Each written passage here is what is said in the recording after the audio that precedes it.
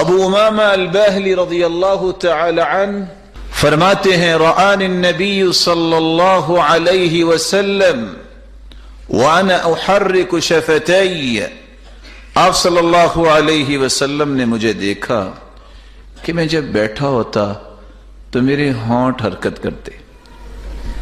پوچھا یا ابا امامہ بأي شيء تحرك شفتيك، یہ آپ کی ہونٹ حرکت کرتے مجھے نظر آتے ہیں، کیا پڑھتے ہو؟ قال اذکر اللہ، اللہ کے رسول آپ نے تو فرمایا تھا کہ نجات ملتی اس کو ہے دنیا کی مصیبتوں اور دکھوں اور غموں سے، اور اسی طرح قبر اور حشر سے جو کثرت سے ذکر کرتا ہے. فرمایا الا اخبرک باکثر بافضل من ذکرک باللیل والنہار، ابو امامہ تم 24 گھنٹے ذکر کرتے رہو دن اور رات، اس سے بھی اچھا اور اس سے بھی افضل ذکر جو 24 گھنٹوں کے اذکار سے بھی زیادہ اجر کا باعث ہے، زیادہ افضل ہے، میں تمہیں نہ بتا دوں؟ کہا اللہ کے رسول اور کیا چاہیے؟ تو آپ صلی اللہ علیہ وسلم نے فرمایا تم اگر 24 گھنٹے مسلسل ذکر سے بہتر ذکر چاہتے ہو تو تم یہ کلمہ کہہ دیا کرو سبحان اللہ عدد ما خلق، سبحان اللہ ملء ما خلق، سبحان اللہ عدد ما فی الارض، سبحان اللہ ملء ما فی الارض والسماء، سبحان اللہ عدد ما احصى کتابه، سبحان اللہ عدد کل شیء، سبحان اللہ ملء کل شیء. یہ 4 کلمات تم پڑھ لو، اجر اتنا ہی ملے گا کہ 24 گھنٹے تم اللہ کے ذکر ہی کرتے رہے گا. مسلمان کا ہتھیار دعا ہے، ہر عبادت کا ایک وقت ہے، یہ 24 گھنٹے جب چاہے آپ کر سکتے. ہر عبادت کی SOPs ہیں، آپ نے وضو نہیں بھی کیا آپ پھر بھی دعا کریں رب سنے گا، لیکن بہت اچھا ہے کہ آپ وضو ہو کے دعا کریں. اور یہاں ایک راز میں آپ کی خدمت میں پھر پیش کر دوں جو 2 حدیثوں نے پیش کیا ہے، شاید کہ میں اپنی بات سمجھا سکوں. لفظ لن ينفع حذر من قدر، دنیا کی کوئی احتیاط قیامت تک تقدیر کو نہیں بدل سکتا. لن ينفع حذر من قدر ولكن الدعاء ينفع مما نزل ومما لم ينزل. لیکن یاد رکھنا میرے امتیوں، دعا جو مصیبت آ چکی ہے یا قیامت تک آنی ہے، ان دونوں میں دعا تمہیں نفع دے گی. اور دوسری روایت کے لفظ پھر سنیے، لا ينفع حذر من قدر، کوئی احتیاط تقدیر کے مقابلے میں تمہیں نفع نہیں دے سکے، بلکہ ولكن الداء ينزل ان البلاء ينزل فيتلقاه الدعاء، آسمان سے ایک وبا مصیبت بیماری اترتی ہے، آگے سے دعا اس کو چمٹ جاتی. لفظ ہے فيعتلجان الى يوم القيامة، قیامت تک وہ آپس میں گتھم گتھا رہتی ہیں، اس بندے تک پہنچنے نہیں دیتے، وہ بلا کو پہنچنے نہیں. یہ علاج ہے، دعا کرو میرے بھائیوں، باوضو ہو کر، قبلہ رخ ہو کر. 4 لفظوں میں سے کوئی لفظ ضرور استعمال کرو. وَإِلَٰهُكُمْ إِلَٰهٌ وَاحِدٌ لَا إِلَٰهَ إِلَّا هُوَ الرَّحْمَٰنُ الرَّحِيمُ، یہ اسم اعظم ہے. دوسرا لفظ الف لام میم اللہ لا الہ الا هو الحی القیوم. تیسرا لفظ اللہم انی اسألک بأنی اشہدک انک انت اللہ لا الہ الا انت الاحد الصمد الذي لم يلد ولم يولد ولم يكن له كفوا احد. چوتھا لفظ اللهم لا اله الا انت المنان بديع السماوات والارض ذا الجلال والاکرام. ان 4 لفظوں میں سے کوئی لفظ بھی بولو، حدیث کہتی ہے اللہ کبھی تمہاری دعا کو رد کریں گے نہیں. اس میں اعظم ہے یہ، اذا دعی فاجاب واذا سئل فاعطى، جو مانگو گے عطا ہوگا، جو دعا کرو گے قبول ہوگی. پھر اس کے بعد درود پڑھیے. درود پڑھنے کے بعد یقین کر کے دعا کیجیے. کیسا یقین؟ ادعوا اللہ وانتم موقنون بالاجابہ. یقین ہوگا، یہ ناممکن میرے نزدیک ہے. ساری امیدوں کی ڈورے ڈاکٹر نے توڑ دی، کچھ نہیں ہوگا. لیکن یہ مخلوق ہے نبینا اور محترم ڈاکٹر صاحب بھی، فیصلہ اس کا ہونا. اللہ میں یہ چاہیے. فَلْيُعْزِمِ الْمَسْأَلَةَ، چمٹ کے دعا کیجئے یقین کے ساتھ کہ وہ ضرور سنے گا. اور کس وقت کیجئے؟ 5 وقت نہ چھوڑیے. پہلا وقت رات کو آنکھ کھلے، گھر میں کوئی بیمار ہے، ویسے بجلی چلی گئی ہے، یہ کلمات کہہ سبحان اللہ والحمد للہ ولا الہ الا اللہ واللہ اکبر ولا حول ولا قوة الا باللہ اللہم ارحمنی وارزقنی وعافنی. یا اللہ رحم بھی فرما، رزق بھی عطا فرما اور عافیت سے بھی نواز. اتنے کلمات کہہ کے جو دعا کرتا ہے اس وقت رات کی تاریکی میں سحری سے پہلے، وہ کبھی رد نہیں ہوتی. دوسرا وقت اذان ہو رہی ہے، دعا کیجیے. خاموشی سے دعا جاری رکھیے، باتیں بند کیجیے. سنتان ما تردان، 2 دعائیں کبھی رد نہیں ہوتی. عند النداء وتحت المطر.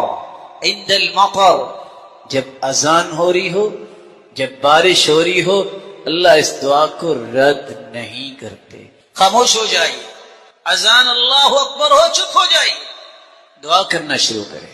ضرورت ہے آپ کو نہیں، اپنے رشتہ داروں کے لیے دعا کیجیے، مسلمانوں کے لیے دعا کیجیے. تیسرا وقت الدعاء بین الاذان والاقامۃ لا ترد. اذان ہو گئی ہے، جماعت کھڑی ہونے میں 10 سے 12 سے 15 منٹ باقی ہے. کہا اللہ کے رسول صلی اللہ علیہ وسلم نے اس وقت دعا جو کی جاتی ہے کبھی رد نہیں ہوتی. کہ اللہ کے رسول پھر کون سی دعا مانگے؟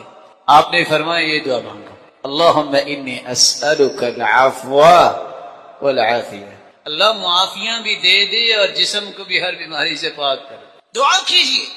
چوتھا بات جو میں آپ کی خدمت میں پیش کرنے جا رہا ہوں آج جمعے کا دن، صحیح مسلم کی روایت ہے، عصر سے لے کر شام تک کا وقت جو بھی دعا کرتا ہے بندہ مومن، اللہ اس کی دعا کو رد نہیں کرتا. درجہ کہ اللہ ذوالجلال رضامندی کا سرٹیفکیٹ کس کو عطا کرتے. سب سے پہلا خوش نصیب وہ ہے جس کے بارے میں اللہ ذوالجلال نے خود اعلان کیا ہے وَسَبِّحْ بِحَمْدِ رَبِّكَ قَبْلَ طُلُوعِ الشَّمْسِ وَقَبْلَ غُرُوبِهَا وَمِنْ آنَاءِ اللَّيْلِ وَسَبِّحْ وَأَطْرَافَ النَّهَارِ لَعَلَّكَ تَرْضَى. یہ صبح بھی ذکر کرتا ہے، شام کو بھی ذکر کرتا ہے، اور اگر رات کو آنکھ کھلے تو تب بھی اس کی زبان پہ سبحان اللہ والحمد للہ ولا الہ الا اللہ واللہ اکبر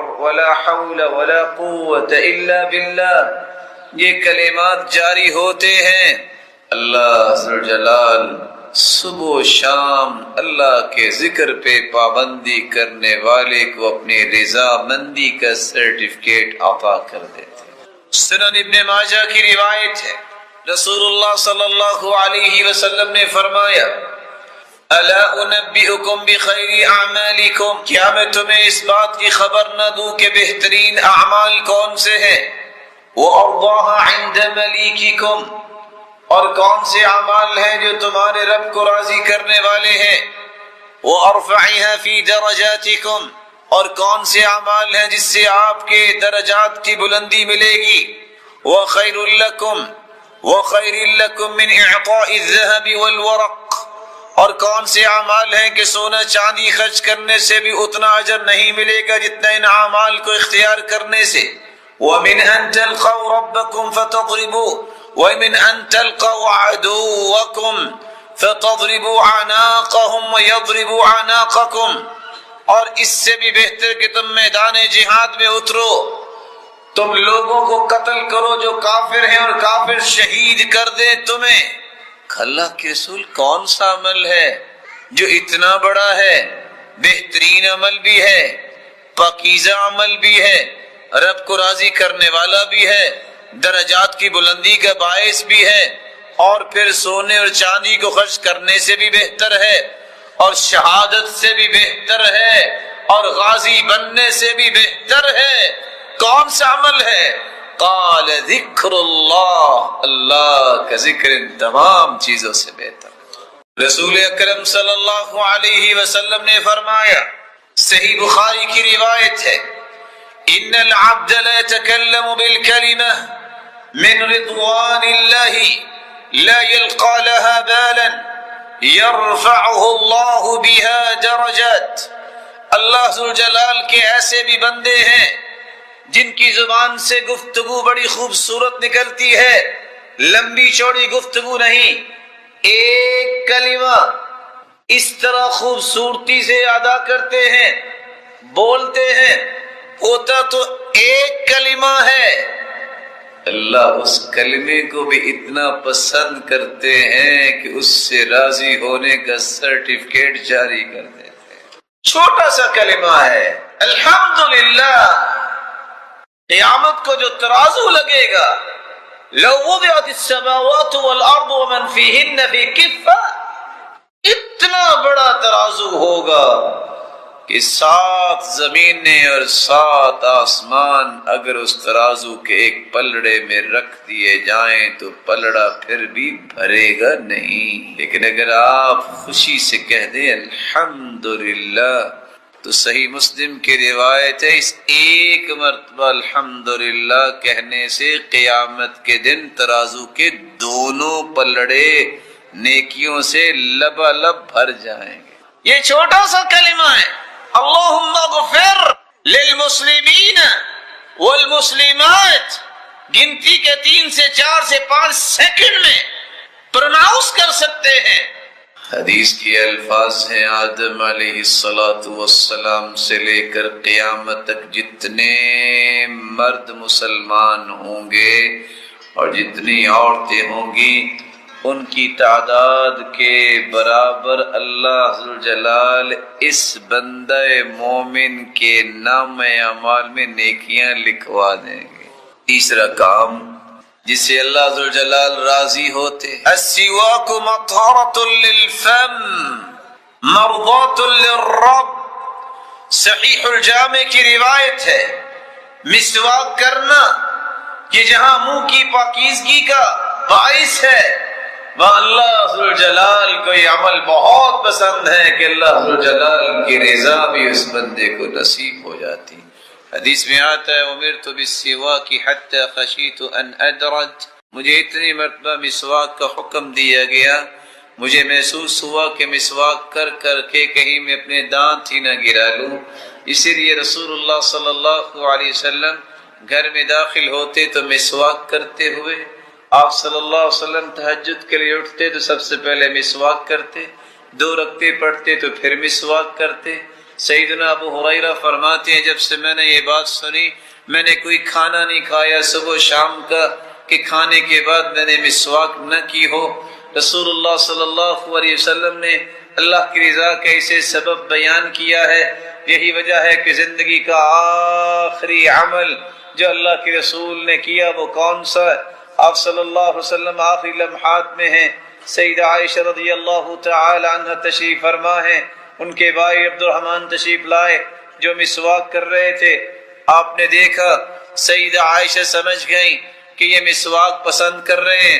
آپ نے مسواک لی، اس کو اچھی طرح صاف کیا، اس کو بنایا اور آپ صلی اللہ علیہ وسلم کو پیش کیا۔ آپ نے مسواک کی اور چند ہی لمحات کے بعد، کچھ وقت کے بعد ہی اللہ کے پیارے پیغمبر اپنے ہاتھ کو اٹھاتے ہیں، اللہم الرفیق الاعلی یہ پڑھتے ہیں، اور ساتھ ہی مالت یدہ آپ کا ہاتھ مبارک نیچے ہو جاتا ہے، اور آخری عمل مسواک کرنے کے بعد اپنے رب کے پاس چلے جاتے ہیں۔ رسول اللہ صلی اللہ علیہ وآلہ وسلم نے ایک چوتھا عمل بھی بتایا ہے جس سے اللہ کی رضا ملتی ہے۔ نوجوان تو اس کو سمجھنے سے آج ویسے ہی دور ہو گئے کیونکہ زیادہ پڑھ گئے، ان کے پاس ڈگریاں آ گئیں، وہ والدین کو ویسے ہی خبطی سمجھتے ہیں۔ اس لیے ہم کہا کرتے ہیں ہم ایسی کتابوں کو قابل ضبطی سمجھتے ہیں جن کو پڑھ کے بچے والدین کو خطی سمجھتے ہیں، جبکہ حدیث یہ کہتی ہے، صحیح الجامع کی روایت ہے 3507، رسول اللہ صلی اللہ علیہ وسلم نے فرمایا، رضا الرب فی رضا الوالدین وسخطہ فی سخطہما، کسی نے رب کو راضی کرنا ہے تو والدین کو راضی کرے، جس نے اپنے رب کو ناراض کرنا ہے وہ والدین کو ناراض کرنے والا ہے جو اپنے رب کو ناراض کر بیٹھتا ہے۔ اور آپ صلی اللہ علیہ وسلم نے فرمایا، فَسَمَّ الْجَنَّةِ، ماں کے قدموں تلے اگر جنت ہے اسے سمجھ لو۔ ساتھ ہی فرمایا، الوالد اوسط ابواب الجنہ، جس جنت کو اللہ نے ماں کے قدموں تلے رکھا ہے اس کا دروازہ درمیانہ جو ہے وہ والد ہے، چاہو تو اس دروازے کی حفاظت کر لو، چاہو تو اس کو ضائع کر لو۔ اور آپ بھی جانتے ہیں جب آؤٹ لیٹ بنتی ہے، کوئی فیکٹری، کوئی مؤسسہ، کوئی کمپنی بنتی ہے تو جو مین گیٹ ہوتا ہے اس کی جو لک ہوتی ہے وہ عجیب ہوتی ہے، وہی انسان کو پسند آتی ہے، اس لیے دروازہ نہیں کہا، جنت کا درمیانہ دروازہ اللہ ذو الجلال نے باپ کو بنایا ہے۔ اللہ کی رضا چاہیے تو والدین ان کو راضی کرنا سیکھیے۔ کیسے راضی ہوں گے؟ رسول اللہ صلی اللہ علیہ وسلم سے صحابی سوال کرتے ہیں، من احق الناس بحسن صحابتی یا رسول اللہ کے پیارے پیغمبر، سب سے زیادہ میری نیکی، میرے حسن سلوک کا حقدار کون ہے؟ بیوی ہے، بچے ہیں، دوست ہیں، پارٹنر ہے، کون ہے؟ آپ نے 3 مرتبہ فرمایا امک امک امک، 3 مرتبہ فرمایا سب سے زیادہ اگر کہ تمہاری نیکی اور خیر خواہی حسن سلوک کا حقدار ہے تو تمہاری والدہ گرامی ہیں، اور 4تھی مرتبہ آپ نے فرمایا تمہارے والد گرامی ہیں۔ رسول اللہ صلی اللہ علیہ وسلم کے صحابی بیان کرتے ہیں، زمین و آسمان کا خلا 500 سال کا ہے اور آسمان کی تھکنس بھی 500 سال کی ہے، اسی طرح ہر آسمان ہے، 7 آسمانوں کے اوپر جنت ہے۔ صحابی کہتے ہیں اللہ کے رسول نے فرمایا جب میں جنت میں گیا تو میں نے قرآن مجید کی تلاوت سنی، میں نے پوچھا یہ کون سا خوش نصیب ہے جس کی تلاوت کی آواز جنت میں پہنچ رہی ہے؟ جواب ملا حارثہ بن النعمان، یہ حارثہ بن نعمان ہیں جو زمین پہ بیٹھے قرآن کی تلاوت کر رہے ہیں۔ وَكَانَ أَبَرَّ النَّاسِ بِأُمِّهِ، روئے زمین میں سب سے زیادہ اپنی ماں کی خدمت کرنے والا یہ انسان ہے، بیٹھا زمین پہ ہے، قرآن کی تلاوت کرتا ہے، لیکن اس کی تلاوت کی آواز اس سے محظوظ ہو رہے ہیں تو جنتی ہو رہے ہیں۔ سبب کیا ہے؟ سب سے بڑی خیر خواہی یہ کرنے والا تھا، اپنی ماں کے ساتھ اپنے ہاتھ سے کھانا کھلایا کرتے۔ روایت بتاتی ہے کوئی تھا تو نہ تھا لیکن یہ اکیلے ہی کھانا بھی کھلاتے اپنی والدہ کو، اپنی والدہ کے بالوں میں کنگھی بھی کیا کرتے، اور اللہ کے رسول صلی اللہ علیہ وسلم نے اتنا بڑا انعام جو اناؤنس کیا کہ اس کی آواز جنت میں پہنچتی ہے، اس کا سبب یہی تھا کہ وہ ماں کے ساتھ سب سے زیادہ خیر خواہی کرنے والا تھا۔ رسول اللہ صلی اللہ علیہ وآلہ وسلم نے ایک 5واں عمل بھی بتایا ہے جس سے اللہ کو آپ راضی کر سکتے ہیں۔ ان اللہ تعالی لیرضى عن العبد ان يأكل الاكل او يشرب الشرب فيحمد اللہ علیہا۔ ہم نے یہ تو سیکھا اور یہ تو پڑھا اور یہ تو سنا اور یہ تو سنایا کہ بسم اللہ پڑھ کے کھانا کھانا چاہیے، اور یہ بھی ہم نے سن رکھا ہے کہ کھانے کے بعد ہمیں کہنا چاہیے الحمدللہ۔ عبداللہ ابن ابی اوفا رضی اللہ تعالی عنہ سے مروی ہے، قال رسول اللہ صلی اللہ علیہ وسلم، رسول اللہ صلی اللہ علیہ وسلم نے فرمایا، من كانت له حاجة الى اللہ او الى احد من بنی آدم، اگر کسی شخص کو کوئی حاجت ہو اللہ کی طرف، کہ میں نے آج اللہ سے یہ لینا ہے، مانگنا ہے، یہ ضرورت ہے میری۔ ایک ضرورت، سینکڑوں ضرورتیں ہیں منتشر، کسی کو بٹھا کے لسٹ بنوائے، لسٹیں ختم ہو جائیں گی، خواہشیں ختم نہیں ہوں گی۔ لیکن اگر سب کو پورا کروانا چاہو اللہ سے یا اللہ کے کسی بندے سے، فَلْيَتَوَضَّأْ، وضو کیجیے، فَلْيَحْسِنِ الْوُضُوءَ، وضو کو خوبصورت بنائیے، ثُمَّ لِيُصَلِّ رَكْعَتَيْن، پھر 2 رکعتیں پڑھیے، ثُمَّ لِيُثْنِ عَلَى اللَّهِ، پھر اللہ کی تعریف کیجیے، وَلِيُصَلِّ عَلَى النَّبِيِّ، اور رسول اللہ صلی اللہ علیہ وسلم پر درود پڑھے، ثم لیقل، پھر یہ کلمات کہے، لا الہ الا اللہ الحلیم الکریم، سبحان اللہ رب العرش العظیم، الحمد للہ رب العالمین، اسألک موجبات رحمتک وعزائم مغفرتك والغنيمة من كل بر والسلامة من كل إثم لا تدع لي ذنبا إلا غفرته ولا هما إلا فرجته ولا حاجة هي لك رضا إلا قضيتها یا ارحم الراحمین۔ جامع ترمذی کی یہ روایت ہے اور ابن ماجہ کی روایت کی الفاظ بھی ہیں، ثم يسأل من امر الدنیا والآخرہ ما شاء فإنه يقدر، دنیا کی کوئی چیز مانگے، آخرت کی کوئی چیز مانگے، ما شاء، خوش ہو جائے، اللہ تعالیٰ فوراً اسے عطا کر۔ یقین کریں یہ آیت جتنی بار میں نے پڑھی ہے نا، اب آپ اس کا ترجمہ سنیے گا، جب بھی پریشانی میں ہو کس سے مدد طلب کرنی ہے یار؟ حل کرنے والا کون ہے؟ حل المشکلات کون ہے؟ قاضی الحاجات کون ہے مصیبتوں کو دور کرنے والا، روزی کے دروازے کھولنے والا کون؟ میرا رب ہے۔ ارے جس نے حل کرنا ہے وہ اعلان فرما رہا ہے، اور اس کا اعلان سنو کیا ہے، جھوم جاؤ۔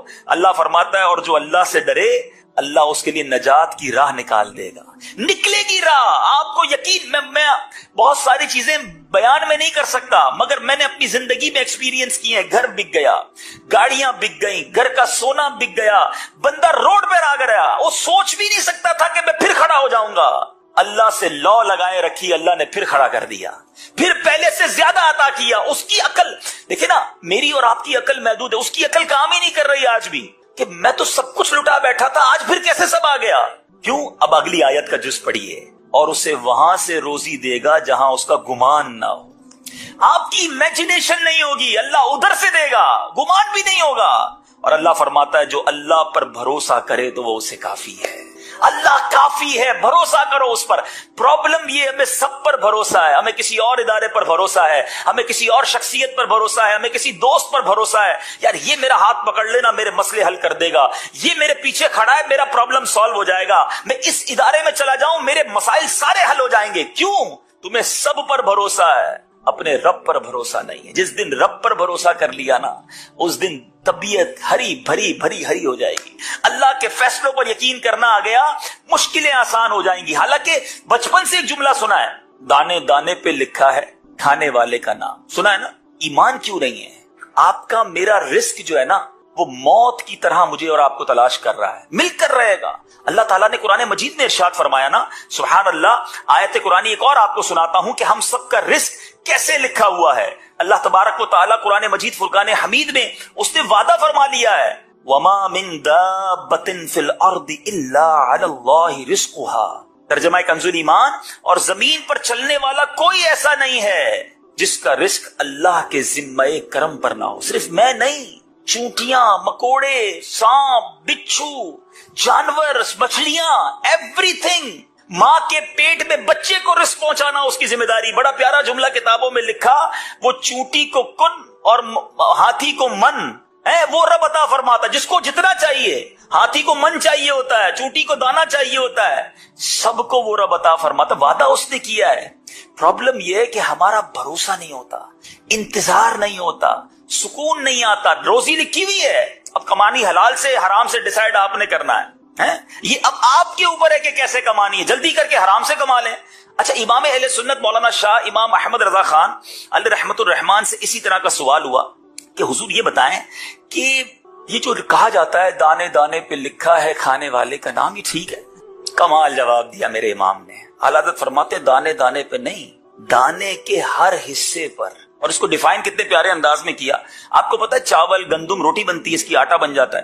اب ایک گندم کا دانا ہے, وہ روٹی میں اس کا آٹا بنا, تو وہ پورے ایک دانے کے ذرے تو ایک ساتھ نہیں رہے, ڈسٹریبیوٹ ہو گئے. اچھا, پھر ایک روٹی, اس کے بھی ہم بازو کا 4 ٹکڑے کرتے ہیں, ایک میں نے آپ کو دیا ایک آپ کو دیا, تو ہو سکتا ہے ایک دانے کا ایک ذرہ ان کے پاس چلا گیا کہ ان کے پاس چلا گیا. اعلیٰ حضرت فرماتے جس ذرے کو آپ نے کھانا ہے اس پہ بھی آپ کا نام لکھا ہوا ہے. اور پھر ایک واقعہ سنایا اعلیٰ حضرت نے, کتاب میں لکھا, کمال, یقین کرے اگر دل کے کانوں سے سنے نا یہ واقعہ. اعلیٰ حضرت لکھتے ہیں کہ ایک بنگالی تاجر تھا. بنگالی چاول زیادہ کھاتے ہیں. کہتے بنگالی تاجر تھا, تو اس نے ایک بار کھانا کھا رہا تھا, تو کھانا کھاتے ہوئے اسے زور کی چھینک آئی, تو ایک چاول کا دانا اس کے سر میں جا کے پھنس گیا. یہاں پر پیسے والا تھا, تاجر تھا, بڑا علاج کروایا کسی طرح یہ دانا نکل جائے, دانا نہیں نکلا. کئی سال گزر گئے, دانا گویا اندر فکس ہو گیا تھا. کہتا بہت عرصے کے بعد اعلیٰ حضرت فرماتے ہیں وہ بنگالی تاجر حرم شریف گیا حج پر یا عمرے کی حاضری پر. وہ بنگالی تاجر مکہ پاک پہنچا, جیسے ہی کعبے کا دیدار کیا زور کی چھینک آئی. وہ دانا جو کئی سالوں سے یہاں پھنسا تھا وہ حرم کے فرش پر گرا. جیسے ہی گرا ایک کبوتر آیا, اٹھا کر وہ دانا لے کر چلا گیا. اعلیٰ حضرت نے فرمایا اس کبوتر کا رزق لکھا تھا, یہ دانا سنبھال کے گھومتا رہا, جس کا رزق تھا اس کو پہنچایا گیا.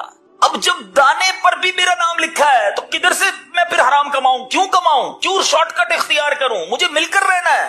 بس صرف یقین ہونا چاہیے. میں نے آپ کو قرآن کی آیت سنائی نا, یہ یاد کر لو. اللہ ایسی جگہ سے روزی دے گا جہاں سے تمہارا گمان بھی نہ ہوگا. اب ایک اور حدیث پاک سنیے, نبی پاک علیہ الصلوۃ والسلام فرماتے ہیں اگر تم اللہ پر بھروسہ کرو جیسے اس پر بھروسہ کرنے کا حق ہے. اللہ, یہ جملہ کتنا پیارا ہے. ڈیفینیشن, بھروسہ تو ہم سب کو ہے, ہم کہتے ہیں نہیں بھی اللہ پر بڑا بھروسہ ہے. حق کیا ہے, یقین کتنا ہے, بلیف کتنا ہے.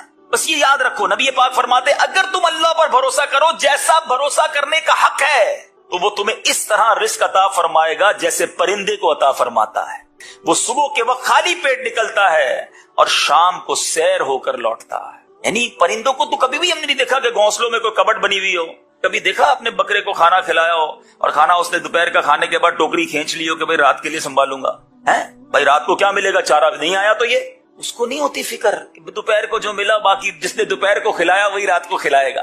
صبح گھونسلے سے نکلتے ہیں سارے پرندے, کروڑوں پرندے, پتہ نہیں ہوتا شام کیسے آئیں گے. اللہ سب کو رزق دیتا ہے, سب پیٹ بھر کر واپس آتے ہیں, مگر وہ کل کے لیے گھونسلے میں کہیں بچاتے نہیں. اللہ پر بھروسہ. خدارا ہمارے اندر, ہم تو اشرف المخلوقات اتنی کمزور کیوں ہو جاتے ہیں؟ پرندے جانور ان سے تو زیادہ اسٹرانگ ہونا چاہیے نا ہم کو. ان کو رب پر بھروسہ ہے, مجھے کیوں نہیں ہے کہ وہ اللہ دے گا مجھے, وہی میری مشکل سے نکالے گا. بات یہ ہے کہ ہم دل سے اس کو نہیں پکارتے. اگر آپ کسی بھی پرابلم میں ہیں, اگر آپ کسی بھی مشکل میں ہیں, تنگ دستی میں ہیں, قرضے میں ہیں, بیماری میں ہیں, غلط کام کرنے کی بجائے رب عز و جل کو پکارو. وہ ساتھ ہو گیا نا تو ساری مشکلیں آسان ہو جائیں گی. میرے لیے پہاڑ ہے نا, مجھے فیل ہوتا ہے کہ یار یہ بہت بڑا پہاڑ ہے. آپ نے دیکھا ہوگا چونٹی کے سامنے سیب رکھ دیں, وہ اس کے لیے پہاڑ ہے. میرے سامنے بہت بڑا پہاڑ ہے, مگر جو خالق کے کائنات ہے اس کے لیے تو 18,000 کائنات ہیں نا. 18,000 کہا جاتا ہے جہان ہے اس دنیا میں, تو زمین تو ایک حصہ ہوا, اس کی کائنات کا تو کوئی کنارہ ہی نہیں. اس کے لیے میری مشکل, اس رب کی شان تو شان ہے. رب کے محبوب کے بارے میں اعلیٰ حضرت فرماتے ہیں نا, تنکا بھی ہمارے تو ہلائے نہیں ہلتا ہے آقا, تنکا بھی ہمارے تو ہلائے نہیں ہلتا. تم چاہو تو ہو جائے ابھی کوہ محن پھول. محن کہتے ہیں مصائب کو, پریشانیوں کو. یا رسول اللہ ہمارے لیے تو تنکا بھی ہٹانا مشکل ہے, آپ چاہیں تو یہ مصیبتوں کے پہاڑ بھی پھول بن جائیں. آپ کرم فرما دیں تو پھول جیسے معاملات ہو جائیں گے. تو پکارے نا ان کو جن کے لیے کوہ محن بھی پھول ہے. مگر ہم شارٹ کٹ, ہم بعض اوقات کہتے ہیں میں ٹھیک کر لوں, اور ہم ٹھیک کرتے کرتے غلط کر دیتے ہیں. ہم صحیح نہیں کرتے, ہم اپنی آخرت بھی برباد کر لیتے ہیں. ہم سمجھتے ہیں میرا یہ اسٹیپ مجھے اس مصیبت سے نکال دے گا.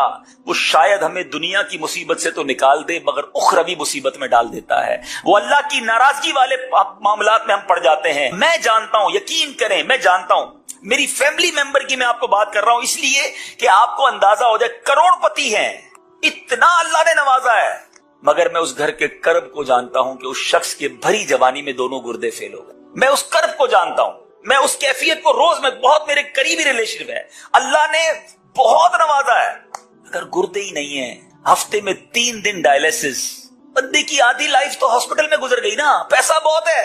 میں آپ سے پوچھتا ہوں، میرے گردے سلامت ہیں، یہ بڑی نعمت ہے، یا میرے بینک بیلنس میں 10 کروڑ ہیں اور دونوں گردے فیل ہیں؟ اپنے آپ سے پوچھو۔ پرابلم یہ ہے ہم نے لائف کی لگژریز کو پیسوں سے تولا ہے، ہم نے سہولتوں کو سمجھا ہے کہ یہی زندگی کا سب کچھ ہے۔ ایسا نہیں ہے، سکون سب سے بڑی چیز ہے۔ اگر آپ کے بچے فرما بردار ہیں اور آپ کے بینک میں پیسے نہیں ہیں، مگر آپ کے بینک میں کروڑوں روپے ہیں اور آپ کے بچے نافرمانے، پوچھو ان والدین سے کہ وہ پیسے کو محبت کر رہے ہیں یا بچوں کی نافرمانی پر رو رہے ہیں؟ نہیں، نیند آتی یار، جس کے بچے شرابی، کبابی، جواری، جس کی وجہ سے روزانہ ماں باپ مرتے ہوں اور جیتے ہوں، پیسہ کیا چیز ہے اس کے آگے؟ کئی نعمتیں ایسی ہیں جن کا مول نہیں ہے۔ اور حرام کا راستہ اختیار کر کے یاد رکھنا، ایک بات ہمیشہ یاد رکھنا، مشکل تھا آپ کے لیے، مشکل تھا ان سب کے لیے، اور کمال کیا انہوں نے جنہوں نے حرام چھوڑ کر حلال اختیار کر لیا۔ مگر یاد رکھنا، جس دن کوئی حرام میں پڑ گیا نا، پھر واپس آنا بہت مشکل ہوتا ہے۔ بڑا شاندار اسٹیپ زندگی میں ان لوگوں نے اٹھایا، میں سلام پیش کرتا ہوں انہیں۔ مجھے اندازہ ہے اس بات کا کہ جو حرام کما رہا تھا، بڑا زیادہ کما رہا تھا، چانسز تھے، اس نے وہاں سے اپنے آپ کو نکالا ہمت کر کے اور حلال کی طرف آیا۔ میں جانتا ہوں، بہت سارے ایسے لوگوں کو جانتا ہوں جو حرام کما رہے ہیں، نہیں نکل پا رہے۔ ایسا سود نے جکڑ لیا ہے، ایسا حرام نے جکڑ لیا ہے، ایسا قرضوں نے جکڑا ہوا ہے، ہمت ہی نہیں ہو پا رہی کہ یار یہ نکلوں کیسے، غلط کر رہا ہوں، حرام کر رہا ہوں، نہیں نکل پا رہے، کیونکہ وہ پنجے گاڑ لیتا ہے۔ شیطان کب چھوڑے گا؟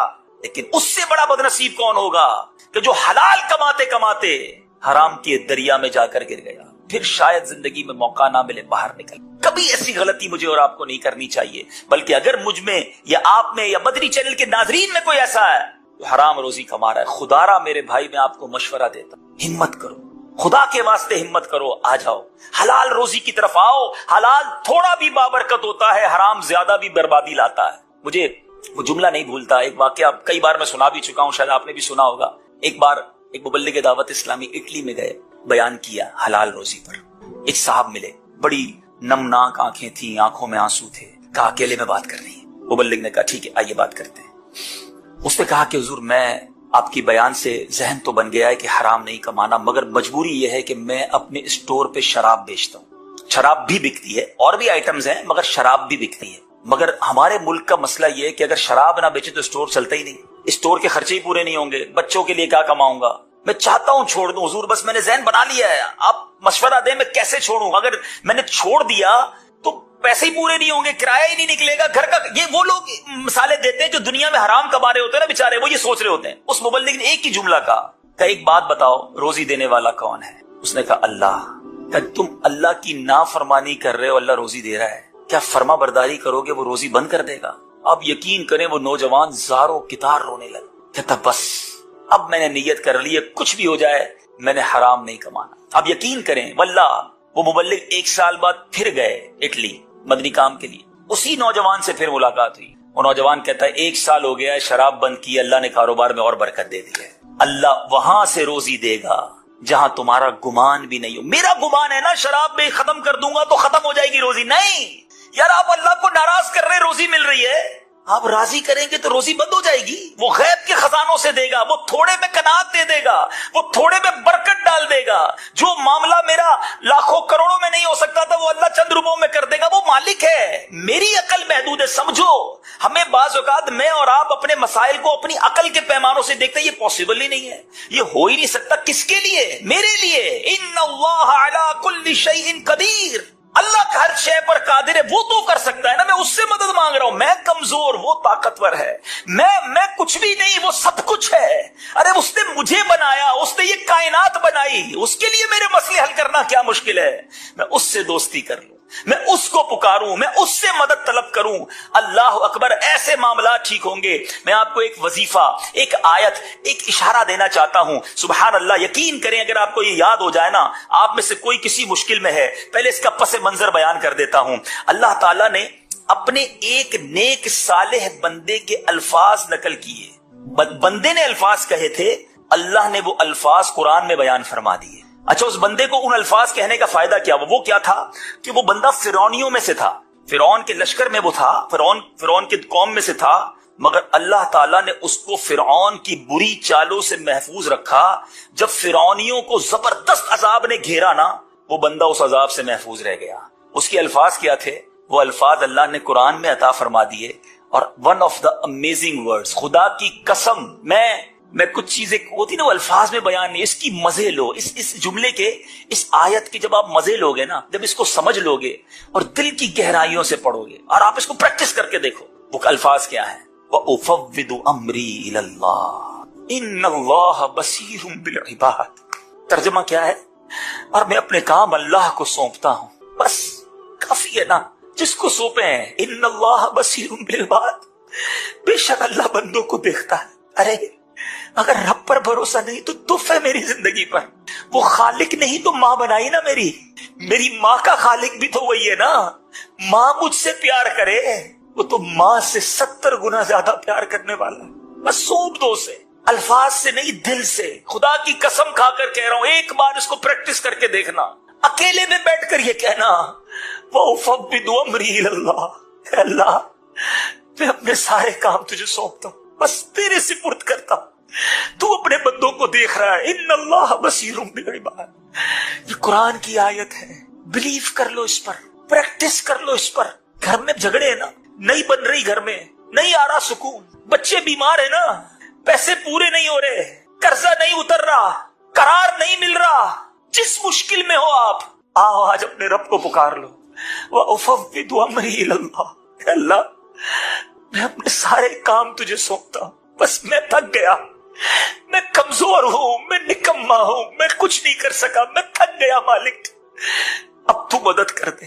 یقین کرو جس دن آپ نے یہ فیلنگز اور اس تڑپ کے ساتھ اپنے رب کو پکار لیا نا، پھر پرابلم کدھر سے رہنی ہے؟ اگر پرابلم نصیب میں ہے تو اللہ سکون دے دے گا، اللہ آپ کو اس پرابلم کو فیس کرنے کا حوصلہ دے دے گا، کیونکہ قرآن میں رب نے فرمایا لا یکلف اللہ نفسا الا وسعها، اللہ نہیں ڈالتا کسی جان پر بوجھ اس کی وسعت کے، اس کی حوصلے کے علاوہ، اس کے وہ جتنا بار اٹھا سکتا ہے اتنا ہی بار ڈالا جاتا ہے، کرم ہو جائے گا۔ توکل کرنا سیکھیں، ہم توکل سے دور ہو گئے۔ ہمارے بزرگ اپنے بچوں کو کیسے توکل سکھاتے تھے، ہم پریکٹس کریں، خود بھی اپنے بچوں کو بھی پریکٹس کرائیں۔ ہم بچوں کو کہتے ہیں دیکھو بیٹا پیسے ہوں گے تو مسئلے حل ہوں گے، پیسے کمانا، دنیا میں کچھ بھی نہیں کر سکو گے اگر پیسے نہیں ہوں گے۔ ہم شروع سے ہی اینٹی توکل بات کر رہے ہیں، نہیں، اللہ راضی ہوا تو سب ہو جائے گا بیٹا، اللہ کو راضی کرنے والے کام کرنا، وہ راضی ہو گیا تو رزق بھی دے دے گا، مشکلیں بھی حل کر دے گا۔ ہم نے اسباب کی طرف توجہ رکھی ہے، سورس ہونی چاہیے، پیسے ہونے چاہیے، جناب تعلقات ہونے چاہیے، لگژریز ہونی چاہیے، نہیں، یہی تو پرابلم ہے۔